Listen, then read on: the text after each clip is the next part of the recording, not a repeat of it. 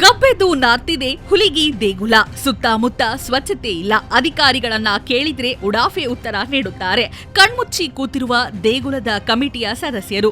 ರಾಶಿ ರಾಶಿ ಕಸ, ಹೇಳೋರು ಇಲ್ಲ, ಕೇಳೋರು ಇಲ್ಲ. ಕೊಪ್ಪಳ ಜಿಲ್ಲೆಯ ಪ್ರಸಿದ್ಧ ದೇಗುಲ ಹುಲಿಗಿ ದೇವಸ್ಥಾನದ ಸುತ್ತಮುತ್ತ ಗಬ್ಬೆದ್ದು ನಾರ್ತಿದೆ. ಕಸ ಕಟ್ಟಿಗಳಿಂದ ತುಂಬಿದೆ. ದಿನನಿತ್ಯ ಸಾವಿರಾರು ಭಕ್ತರು ದೇವಿ ದರ್ಶನಕ್ಕೆ ಬರುತ್ತಾರೆ. ಆದರೆ ಸರಿಯಾದ ಒಳಚರಂಡಿ ವ್ಯವಸ್ಥೆ ಇಲ್ಲ. ಬಂದ ನೀರೆಲ್ಲ ರಸ್ತೆ ಮೇಲೆಯೇ ನಿಲ್ಲುವಂತಾಗಿದೆ. ಇನ್ನು ಈ ಬಗ್ಗೆ ಪ್ರಶ್ನೆ ಮಾಡಿದ್ರೆ ದೇಗುಲದೊಳಗೆ ಉಡಾಫೆ ಉತ್ತರ ನೀಡುತ್ತಾರೆ. ಇನ್ನು ಶ್ರೀ ಹುಲಿಗೆಮ್ಮ ದೇವಿ ದೇವಸ್ಥಾನದ ಕಮಿಟಿಯ ಸದಸ್ಯರು ಕಣ್ಣಿದ್ದು ಕುರುಡರಾಗಿದ್ದಾರೆ. ಕಣ್ಮುಂದೆ ಅಷ್ಟೊಂದು ಕಸ ಕಾಣ್ತಿದ್ರು ಅದರಲ್ಲೇ ಓಡಾಡುತ್ತಿದ್ದಾರೆ.